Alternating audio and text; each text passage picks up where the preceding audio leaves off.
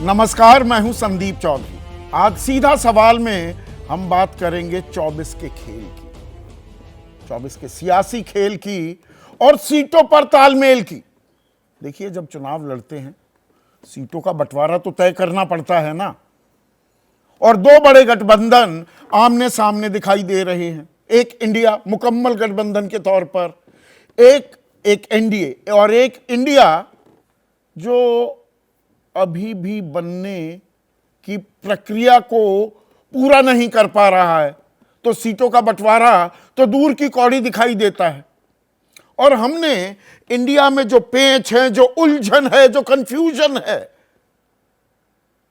जो competing demands हैं, उस पर बहुत सारी चर्चाएं की हैं। लेकिन आज हम एनडीए के खेमे में भी थोड़ी ताका झांकी करने वाले हैं। और वो क्यों? कल एक बड़ी खबर आई महाराष्ट्र से। सरकार जो है वो बरकरार रहेगी, एकनाथ शिंदे मुख्यमंत्री बने रहेंगे। शिंदे गुट जो है शिवसेना का, वही असल शिवसेना है। यह महाराष्ट्र विधानसभा के स्पीकर राहुल नार्वेकर ने फैसला सुना दिया। चुनाव आयोग ने भी यह बात मानी थी। तो एनडीए खेमे में लोग बम बम हैं। मिठाइयां बांटी गई, फूल मालाएं एक दूसरे को पहनाई गई, विक्ट्री के साइन बनाए गए। लेकिन ये राजनीति का जो खेल है ये अजब और गजब भी होता है। इसके थोड़ा अंदर तह में जाएंगे तो आप ये भी पाएंगे कि अब एकनाथ शिंदे तो चेहरा हो गए, उनकी शिवसेना असल शिवसेना हो गई। तो 48 सीटों पर, और ये 48 सीटें बहुत अहम हैं एनडीए के लिए और बीजेपी के लिए भी। उत्तर प्रदेश के बाद सबसे ज्यादा सीटें महाराष्ट्र की हैं, 48 सीटें। 25 बीजेपी लड़ी, 23 शिवसेना लड़ी थी जब तक फूट नहीं हुई थी। ये 2019 की बात कर रहा हूं। अब एकनाथ शिंदे की शिवसेना असल शिवसेना है, तो क्या वो 23 सीट नहीं मानेंगे? योग्यता पर तलवार जब तक लटकी हुई थी, बीजेपी अपने हिसाब से सब कुछ करवा सकती थी। क्या अब वो करवाने की स्थिति में होगी? और ये जो अध्याय है यहीं खत्म नहीं हुआ। कल जो 10 तारीख को फैसला आ गया, 31 जनवरी से पहले एनसीपी पर भी फैसला करना है कि जो ये अजित पवार गुट बना है यही असल एनसीपी है, अयोग्य तो नहीं है, इस पर भी फैसला सुनाना है। और कल का फैसला हमें यह राह जरूर दिखाता है कि वो भी असल शिवसेना असल एनसीपी मानी जाएगी, अजित पवार गुट की एनसीपी। तो एनसीपी ने पिछली बार 19 सीटों पर चुनाव लड़ा था, तब वो कांग्रेस के साथ गठबंधन में थी। तो वो कितना नीचे आने को तैयार होंगी। और बीजेपी ये जानती है कि लोकसभा में जो ताकत है दरअसल उसके पास है, सपोर्टिंग कास्ट में हो सकती है, एकनाथ शिंदे की शिवसेना और अजित पवार की एनसीपी। तो यहां पर भी दिक्कतें आएंगी और सीट शेयरिंग क्या 31 जनवरी तक का इंतजार करेगी? और मामला यही नहीं थमता। बिहार की हम बहुत बातें कर रहे हैं। नीतीश कुमार ने लगभग फॉर्मूला तय कर लिया है, एक आम सहमति वहां पर इंडिया में बनती दिखाई दे रही है। वो इकलौता राज्य है कि भाई यहां पर सीट शेयरिंग में सभी जानकारों का, विश्लेषकों का यह मानना है दिक्कत नहीं आएगी। पर क्या बीजेपी के लिए दिक्कत अब मुंह बाए खड़ी होने लगी है? और वो कैसे? चिराग पासवान हनुमान बने घूमे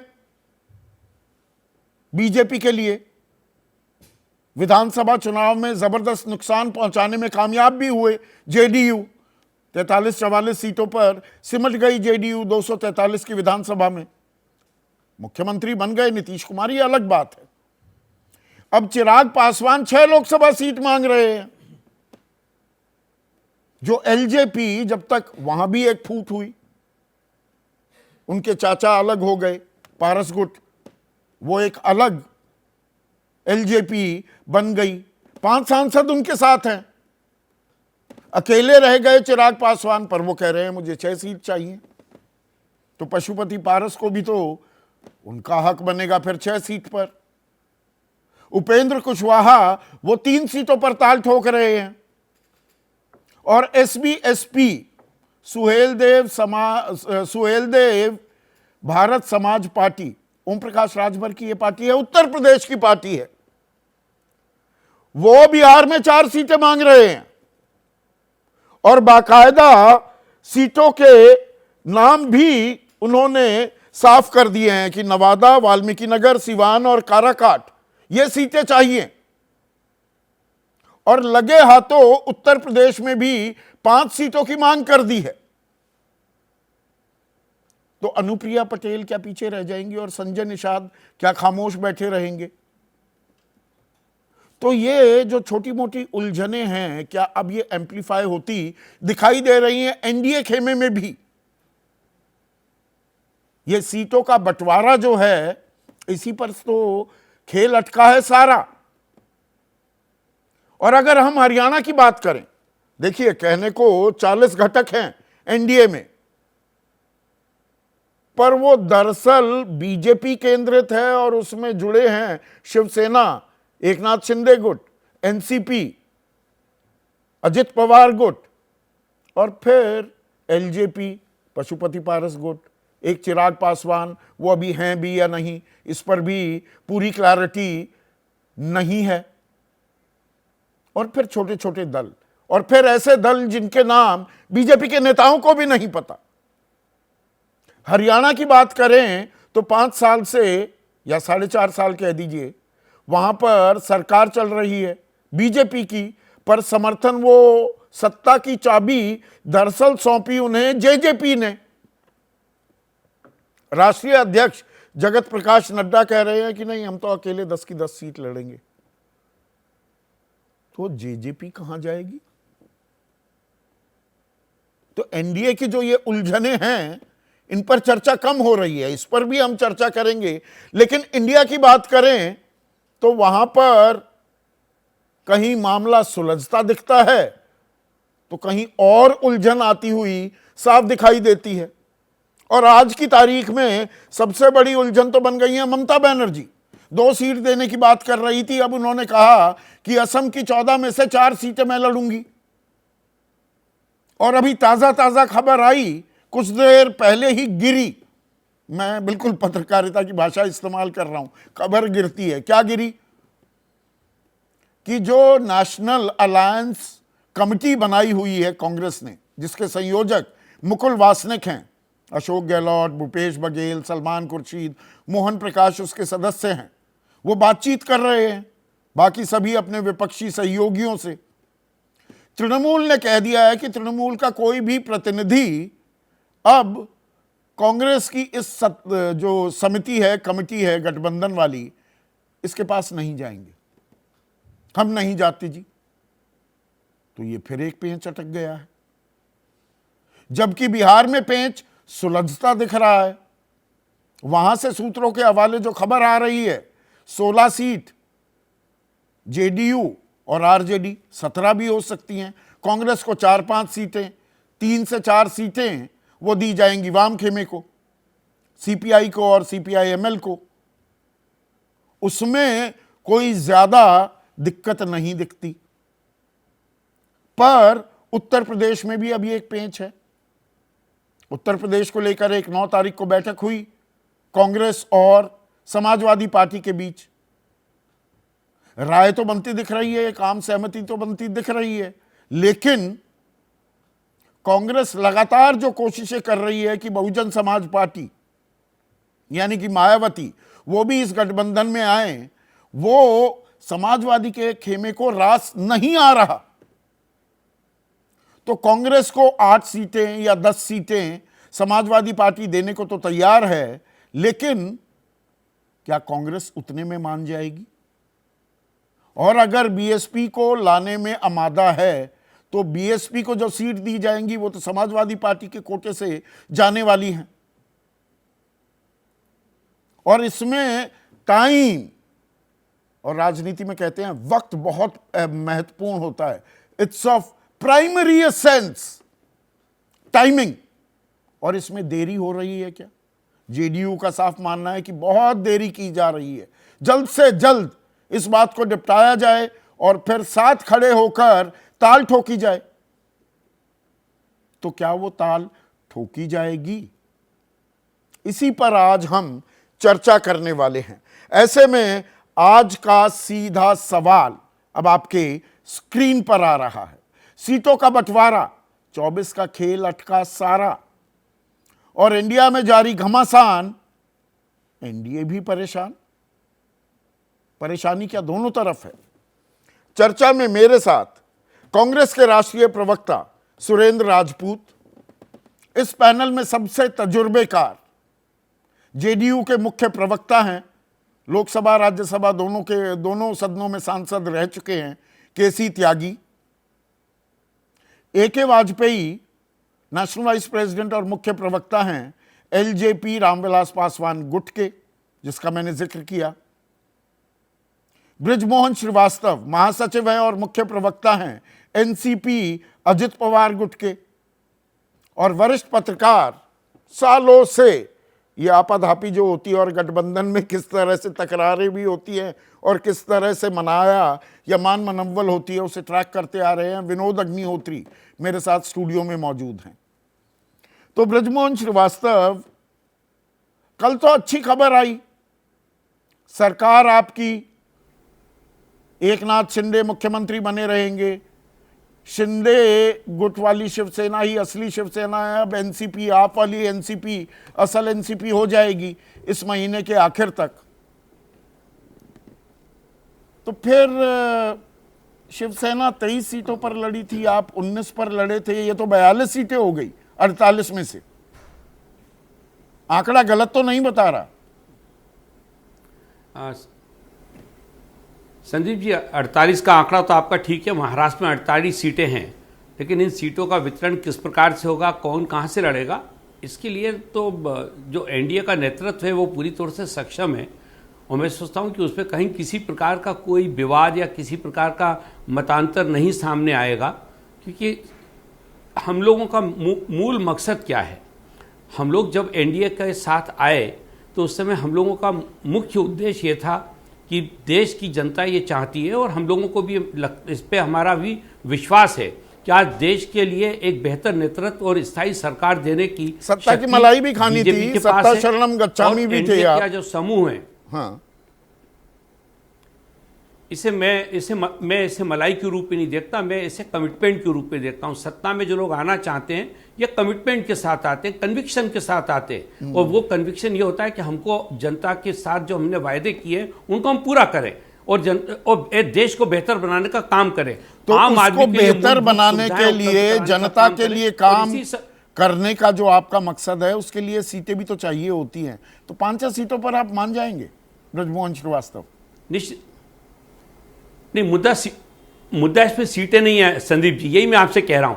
आईएनडीआई के अगर बीजेपी 6 सीट देती है आपको तो आप मान जाएंगे, क्योंकि आपको लोगों के भले के लिए काम करना है, अपना एनसीपी का कोई भला नहीं देखना, तो 6 सीटों पर आप मान जाएंगे? हमारा मकसद बहुत स्पष्ट है कि देश में फिर से एनडीए की सरकार बने और उसका नेतृत्व आदरणीय नरेंद्र मोदी जी करें। उसके लिए आपको 5-6 सीटें भी मिले तो कोई दिक्कत नहीं, करना चाहिए। मैं संख्या पे बिल्कुल भी नहीं जा रहा, अभी मैं संख्या पे इसलिए नहीं जा रहा, कोई ख्वाहिश तो होगी ना, हर कोई ताल ठोक रहा है। कितनी सीटों पर एनसीपी लड़ना चाहेगी?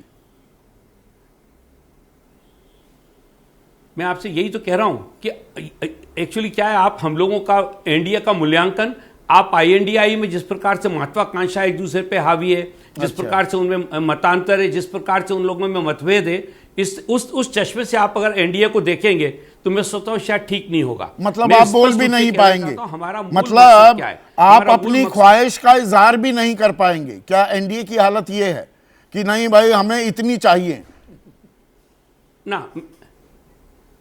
नहीं संदीप जी, मैंने आपसे यही कहा, हमको ये विश्वास है कि हमारे एनडीए के जितने साथी हैं सब राजनीतिक रूप से परिपक्व हैं, और हम लोग बैठ के आपस में चर्चा करेंगे। जरूरी नहीं कि वो बात एकनाथ शिंदे भी मान जाएंगे, पहले आए। वो तो कह रहे हैं हम असल शिवसेना 23 सीटों पर लड़ी थी। क्यों नहीं मानेंगे? अच्छा, नहीं संदीप जी, वो कह नहीं रहे। देश के कानून के अंतर्गत ये स्थापित हो चुका है कि आदरणीय एकनाथ शिंदे साहब वास्तविक रूप से शिवसेना है, तो इसको स्वीकार हम लोग भी करते हैं। तो आपका सीटों का बंटवारा ज्वाइन किया था, आपका फॉर्मूला कब तक आ जाएगा सामने?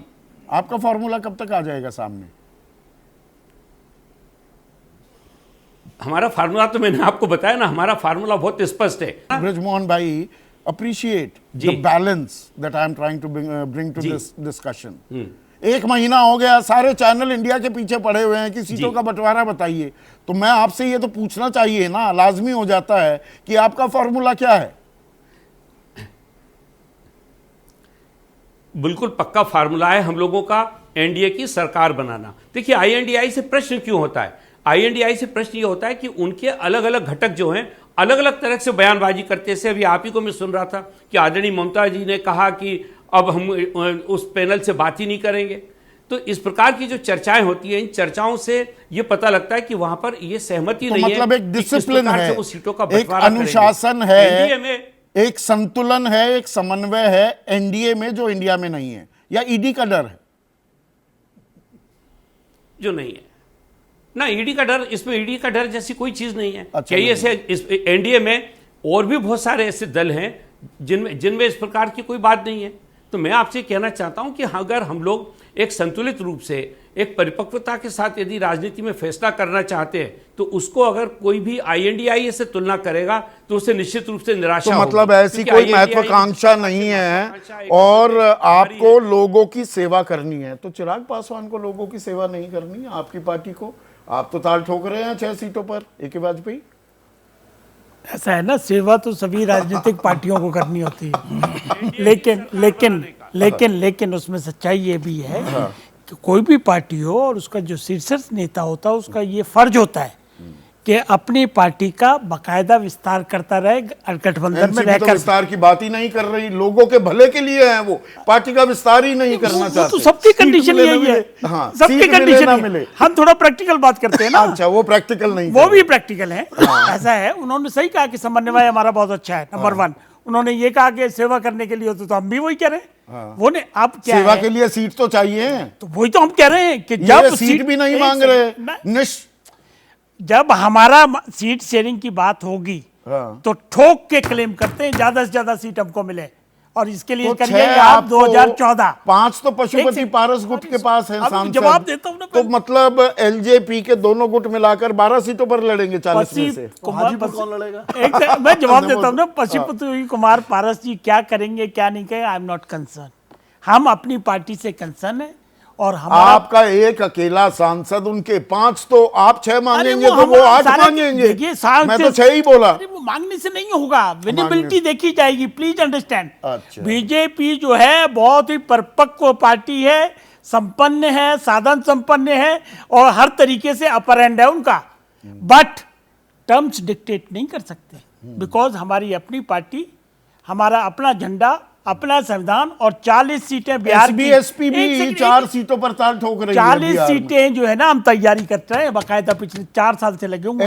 एसपी भी मांग रही है, उपेंद्र कुशवाहा की पार्टी भी है, उनका हक, जीतन राम मांझी की, हम सबका हक है, सबका हक है, मांगिए। लेकिन जब सीटों की बात होगी तो भाई साहब आप कितनी मांग रहे हैं? जी हम 10 मांग रहे हैं, लाओ कैंडिडेट का है। ये हकीकत में ऐसा होगा। आपके पास है 6 कैंडिडेट? 40 की तैयारी, वरना अकेले लड़ोगे? 40 की तैयारी। अब मैं अगला सवाल वही तो कि नहीं तो हम 40 की 40 लड़ेंगे। कहीं हमारा बैरियर लगा हुआ कि हम 40 नहीं लड़ सकते? प्लीज, तो अगर एनडीए में बड़ा पेच हो जाएगा। काहे का पेच? अगर हमारी बात नहीं मानी जाएगी, और जिसकी हमें पूरी उम्मीद है कि एनडीए का जो अलायंस पार्टनर, बड़ा पार्टनर है, उसने हमारी 14 में बात मानी, 19 में मानी, तो अब भी मानेंगे।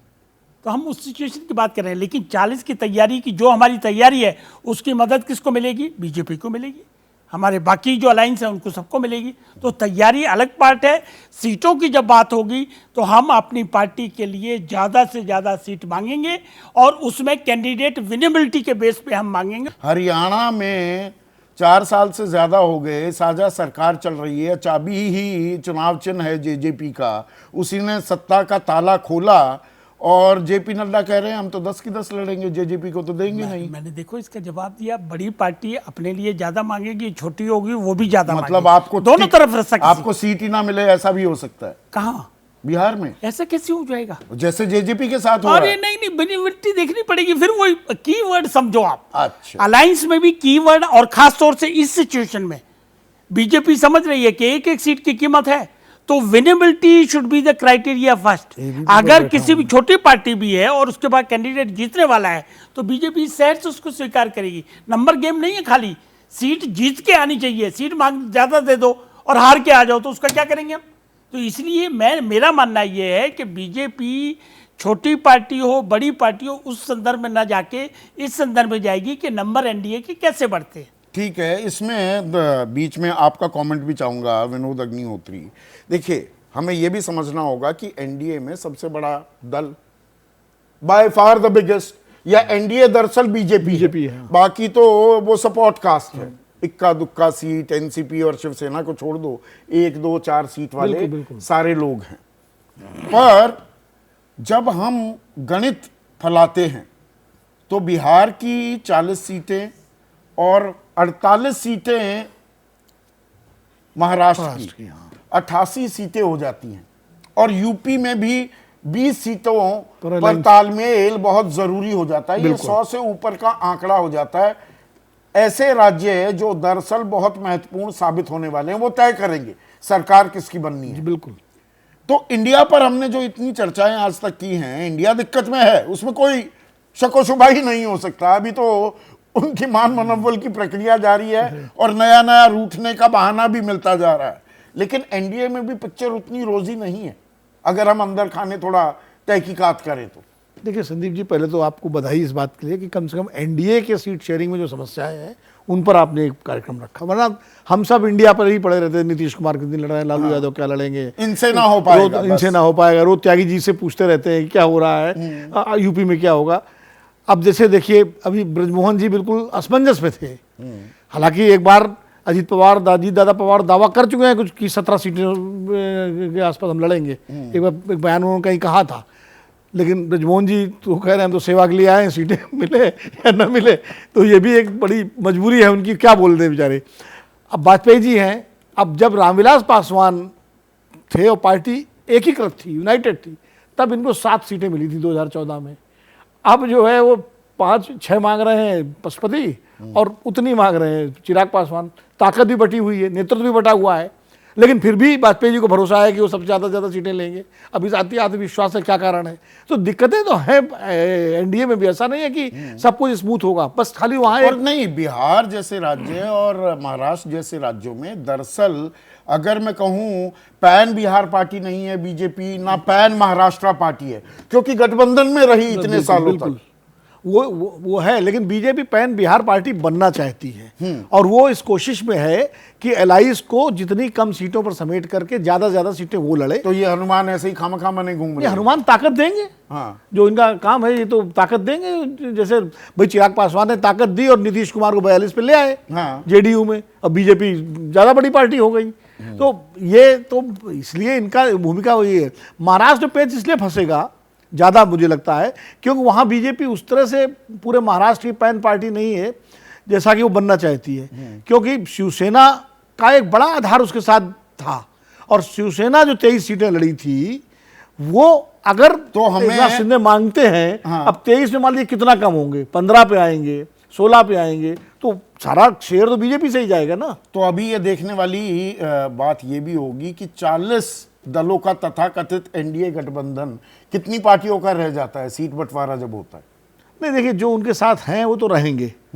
हम ये सोचें कि अजीत पवार अलग हो जाएंगे अगर सीटें मनमाफिक नहीं मिली, या वाजपेयी जी चिराग पासवान की पार्टी अलग हो जाएगी, रहेंगे साथ, क्योंकि वहां मजबूरी है। मोदी या संजय निषाद, देखिए मोदी नाम के जो जहाज है ना हाँ, उस पे सब रहेंगे, क्योंकि वरना इनके अपने डूबने खतरा हो जाएगा। हाँ, तो जो नरेंद्र मोदी जी के नाम का जो जहाज चल रहा है लोकप्रियता का, उनकी जो पॉपुलैरिटी है, हाँ, जिसके आधार पर बीजेपी जीत रही है, उसका लाभ ये भी लेना चाहेंगे। तो उतरेंगे तो नहीं जहाज से, लेकिन ये जरूर है कि उसकी जो खटास आपने आएगी, अच्छी बात कही, जहाज से नहीं उतरेंगे। सुरेंद्र राजपूत, खबर ये आ रही है कि कांग्रेस 17 लोकसभा चुनाव हो चुके हैं अब तक देश में, 18वें की तैयारी है और सबसे कम 255 सीटों पर लड़ने का मन बना लिया है कांग्रेस ने कि भाई बाकी और दलों को भी देना होगा।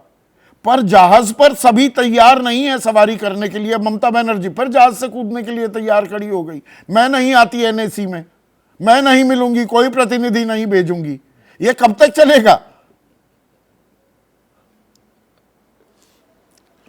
संदीप भाई, पहली चीज़ तो आप बधाई स्वीकार करो कि कम से कम आप जैसे सुधी आदमी को इंडिया के अलावा एनडीए भी दिख गया। हमारी तो छिद्रान्वेषण जो माइक्रो एनालिसिस है वो तो सब लोगों ने कर ही रखी है।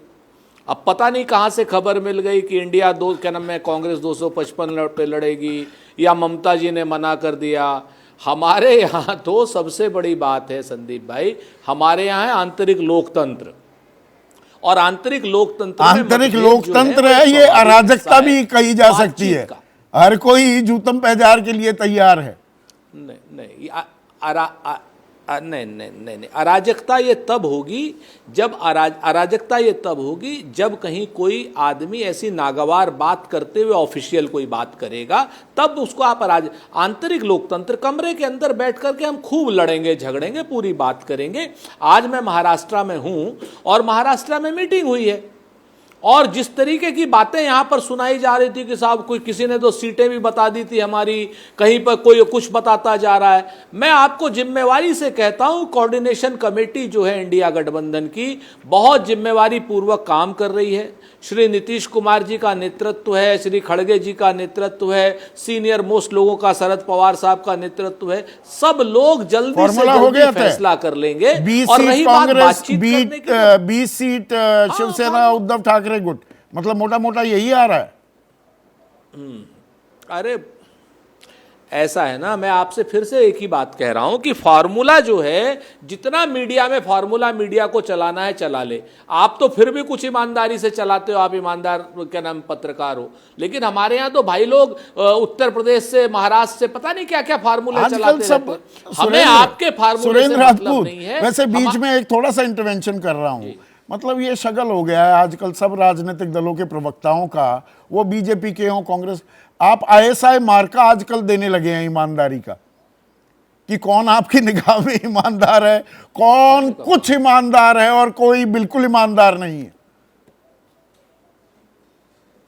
सुन लो आप, ये भी सुन लो आप, आपको हम कोई मार्का नहीं दे रहे हैं। आप ईमानदार थे, हो और रहोगे, भले ही आप हमारी भी अच्छी तरह माइक्रो एनालिसिस करो।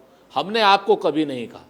आज की डेट में बेईमान वो है जो बराबर के क्वेश्चन ना पूछे, और 80% बेईमान है आपके यहाँ पर। ये भी लिख लो, ऑफिशियल कह रहा हूं, चाहे इसको मार्का लगा लो और चाहे कुछ कर लो, अब हम नहीं डरने वाले। ये चीज बहुत स्पष्ट है। आप हमसे भी कठिन सवाल पूछते हो, आप भाजपा से भी कठिन सवाल पूछते हो, इसलिए हम आपके ऊपर कभी कोई ना तो आरोप लगाएंगे और ना हमने कभी अभी तक लगाया। चलिए महाराष्ट्र की तो बात हो गई। एक मिनट, सुरेंद्र राजपूत, आप उत्तर प्रदेश से आते हैं, बिहार में तो चलिए आपका ऑलमोस्ट सेटल्ड है जी, पर उत्तर प्रदेश में ये 8 से 10 सीटें देने की समाजवादी बात कर रही है, पर उसमें आपका लगातार जो अभी भी लगाव बीएसपी से बना हुआ है वो बड़ा पेच है। वो सुलझेगा या 15 तारीख का इंतजार करें? आपको दो चीज, मायावती के जन्मदिन का मैं आपको दो चीज बहुत जिम्मेवारी से कहता हूं। इस चीज को कहीं लिख के रख लीजिए, विनोद जी भी बैठे हुए हैं और त्यागी साहब तो ही हैं बड़े हमारे यहां पर उत्तर प्रदेश में कोऑर्डिनेशन कमेटी में श्री अखिलेश यादव जी भी हैं, जो महत्वपूर्ण अंग हैं।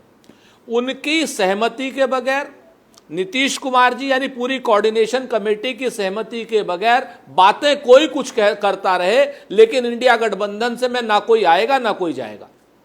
बहुत साफ बात आप समझ लीजिए।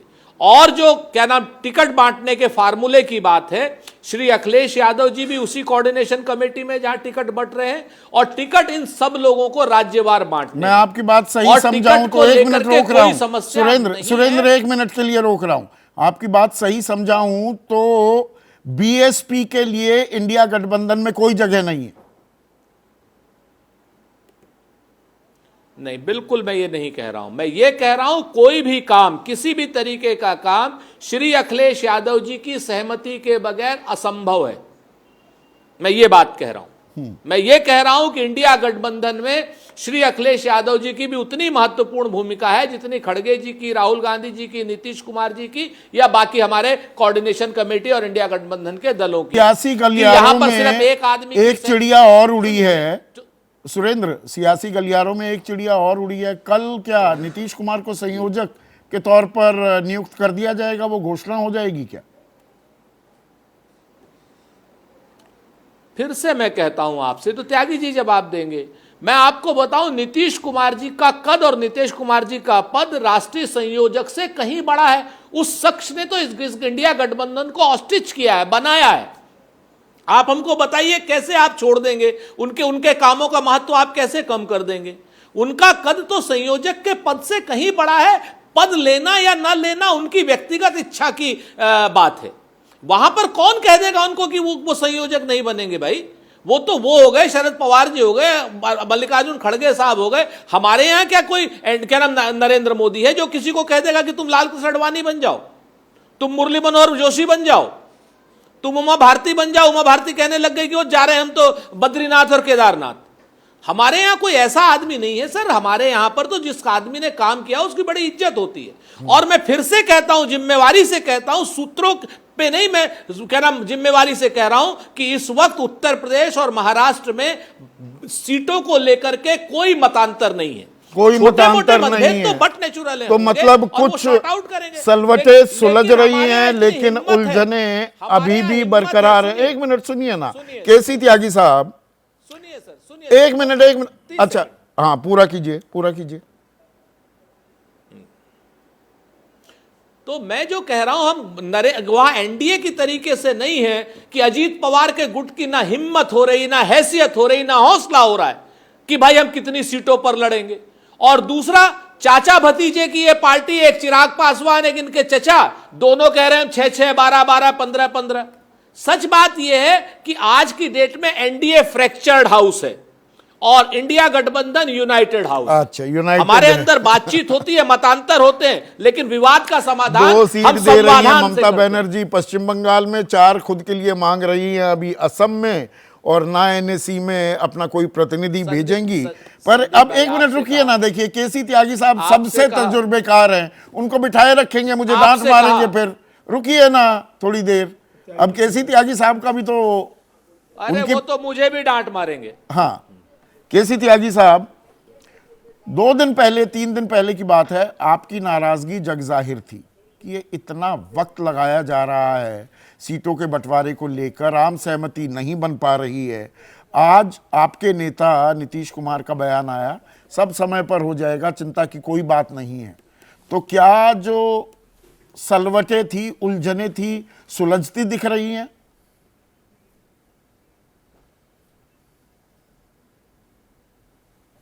संदीप जी, टिकट का बंटवारा गठबंधन छोड़िए, अपनी पार्टी में भी बड़ा मुश्किल होता है। एक सीट पर एक ही पार्टी के कई उम्मीदवार होते हैं। मुझे 6 लोकसभा चुनाव लड़ने का मौका मिला है और आज आपके चैनल पे बता दूं कि 2 बार तो मैं जिस दिन लास्ट डे हुआ है उस दिन मेरा टिकट कंफर्म हुआ है। एक जब गठबंधन बनते हैं तो सब पार्टियों के क्लेम्स और काउंटर क्लेम्स होते हैं, और 2 गठबंधनों का 3 का मुझे अनुभव प्राप्त है 77 का। वो सबसे अनूठा है। हम जेल में थे, बाहर आए, जेल में जाने से पहले अलग अलग लड़ रहे थे, जेल से बाहर आते 2 घंटे में पार्टी बन गई, 4 घंटे में टिकट बट के, कोई विवाद नहीं था, क्योंकि उस समय चुनौती बड़ी थी। दूसरा 89 का था, देवीलाल जी हरियाणा में मुख्यमंत्री बन चुके थे, उनके हाथ में कमान भी थी और डंडा भी था। वीपी सिंह जैसा नेतृत्व हमारे साथ था। उसमें दिक्कत आई थी, जैसे यूपी में अजीत सिंह जी के और मुलायम सिंह यादव जी के बीच में कैसे होगा, लेकिन बट गया।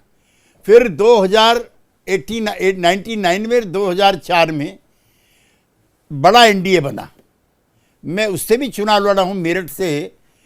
तो अटल जी के समय का मैं जरूर कहना चाहता हूँ। देखिए, एक तो मैं एक और चीज़ कह दूँ, बेस्ट एग्जाम्पल जो यूनाइटेड फ्रंट का है वो अटल बिहारी वाजपेयी का और ज्योति बसु का है। पश्चिमी बंगाल में किस पार्टी को कितनी सीटें मिलनी है, सरकार बनने के बाद क्या विभाग मिलना है, ये भी तय था। That was the best of Jyoti Basu. Atal ji का ऐसा था कि मेरठ पर बीजेपी का एमपी 3 बार का जीता हुआ था। जॉर्ज साहब परेशान थे, शरद यादव, नीतीश कुमार परेशान थे कि मैं सेक्रेटरी जनरल हूँ पार्टी का, लड़ूंगा कि नहीं लड़ूंगा। जॉर्ज साहब गए, बड़ापन था अटल जी का, उन्होंने छोड़ दी मेरे लिए सीट। तो मैं ये कहना ये चाहता हूँ कि सीटों का बंटवारा बड़ा मुश्किल होता है। जो 3 दिन पहले का आप कह रहे हैं वो मेरा कोई कांग्रेस विरोधी स्वर नहीं था। मैं चूँकि गठबंधनों में रहा हूँ, वो मेरी पीड़ा थी, वो मेरी तकलीफ थी, वो मेरा सजेशन था। तो पीड़ा दूर हो रही है बहुत ही क्या? प्रसन्नता है कि मेरी जो पीड़ा थी वो नहीं खत्म हो रही है, दूर नहीं हो रही है। पर बिहार ममता में की हमारे पीड़ा और नेता बढ़ का रही बयान है। आपके चैनल पे चल रहा है। देखिए, आपकी पीड़ा खत्म हो रही है, उधर ममता की पीड़ा बढ़ गई। पश्चिमी बंगाल के बारे में मैंने आपके चैनल पे भी कहा था और फिर मैं कहना चाहता हूं कि खड़गे जी को और राहुल जी को एक बार, और वो बहुत लिहाज करती हैं सोनिया जी का, इंटरविन करना चाहिए। एक चीज़ मान के चलिए, वहाँ वामपंथी दल उस फ्रेमवर्क में नहीं आएंगे। ममता बनर्जी की राजनीति की शुरुआत वाम विरोध के नाम पर हुई है और मैं वाम समर्थक भी रहा हूँ, इसलिए कह रहा हूँ कि आज वामपंथी पार्टी का कोई एमपी नहीं बचा वहाँ पर। ममता सबसे बड़ी ताकत है और जो बीजेपी से लड़ रहे हैं उनमें सबसे शीर्षस्थ नेताओं में से वो है, लिहाजा उनके इर्द गिर्द ही बंगाल में कोई चीज़ बनेगी। आम आदमी पार्टी, 36 का आंकड़ा रहा आम आदमी पार्टी और कांग्रेस का भी, लेकिन अब आम आदमी पार्टी के हवाले से सूत्रों से जो खबर आ रही है वो दिल्ली में गठबंधन को तैयार है, वो पंजाब में भी हैं, पर वो साथ कह रहे हैं कि भाई हमें गोवा में, गुजरात में और हरियाणा में भी सीटें दो।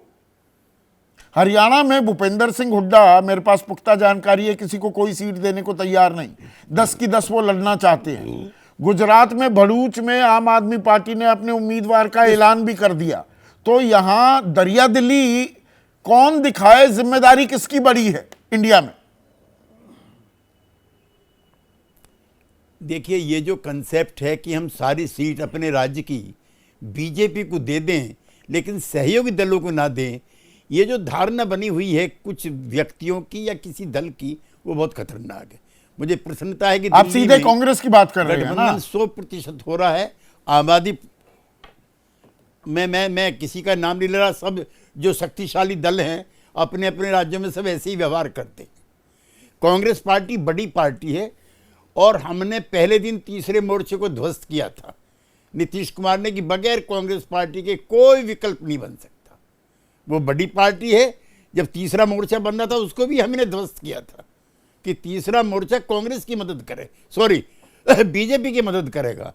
अब जैसे हरियाणा है, हालांकि सीटों का बंटवारा माफ करना सुरेंद्र जी इस पर नहीं होता है मंचों पर, लेकिन ब्रॉड बेस बनाने के लिए वहाँ पे आम आदमी पार्टी इन्हें लोग को भी अगर एक एक सीट मिलती है तो विनिबिलिटी और ज़्यादा होती है। एक राजस्थान में या तो अजीत चौधरी चरण सिंह के ग्रैंडसन को अगर आप राजस्थान से लड़ा, देखो ये बीजेपी इस मामले में बहुत होशियार है। अपना दल का कोई अस्तित्व नहीं था, मैं भी वहीं का हूं और आप भी वहीं के हैं, और मैंने अपना दल के अध्यक्ष का शरद यादव के साथ मिलकर के, नीतीश जी भी थे हमारे मुख्यमंत्री, समझौता कराया था। अब आज वो अनुप्रिया पटेल को बैकवर्ड की कुर्मियों की बहुत बड़ी नेता के रूप में प्रोजेक्ट करते हैं। आप चौधरी चरण सिंह के बेटे को किसी एक सीट से लड़ाइए वहाँ पर और प्रोजेक्ट कीजिए। मेरे को याद है, विनोद जी आपको भी याद होगा, जाटों की जो रियासत है वो भरतपुर है। महाराजा भरतपुर लोकसभा का चुनाव लड़ रहे थे, चौधरी चरण सिंह ने पंडित रामकिशन को खड़ा कर दिया, सारी वोटें पंडित रामकिशन को मिल तो गई। मतलब लब्बो-लुबाब ये है, मैं समझ गया केसी त्यागी साहब आपकी बात। सुरेंद्र राजपूत, आखिरी सवाल, जो केसी त्यागी कह रहे हैं, बहुत सारी राज्य ऐसे आप ये सोचे बैठे हैं कि हम ही बस लड़ेंगे चाहे सारी हार जाएं, वहां पर दरिया दिली दिखाने की और तालमेल करने की जरूरत है क्या? स्पेसिफिक मैं हरियाणा, राजस्थान, गुजरात का जिक्र कर रहा हूं।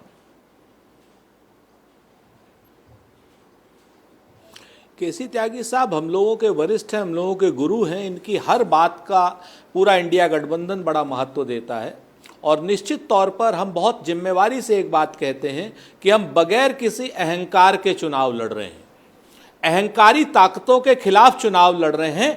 हम में कोई अहंकार नहीं है। राहुल गांधी जी ने और खड़गे जी ने बहुत स्पष्ट रूप से कहा है, साफ साफ कहा है कि इंडिया गठबंधन जो है एनडीए के अहंकार के खिलाफ चुनाव लड़ेगा, नंबर 1। नंबर 2, सीटें हमारी बहुत महत्वपूर्ण नहीं है, हमारे सहयोगी महत्वपूर्ण हैं। हां, सहयोगी अगर कहीं कोई अनुचित बात करते हैं तो निश्चित तौर पर उस बात का प्रतिकार हम कमरे के अंदर करेंगे, तो लेकिन एनडीए कमरे की के बात बाहर हो, हम वो मुंह ठीक। बंद और कान खुले से समझौता करें। नहीं, मुंह भी खुले रह जाते हैं बहुत बार आपके नेताओं के। तो एनडीए और इंडिया की जो सीटों के बंटवारे का जो खेल है, जो ये तालमेल है, यही खेल बनाएगा या बिगाड़ेगा क्या 2024 के लोकसभा चुनाव का। ये आने वाला वक्त बहुत दिलचस्प होने वाला है और इस महीने काफ़ी कुछ तस्वीर साफ भी हो जाएगी।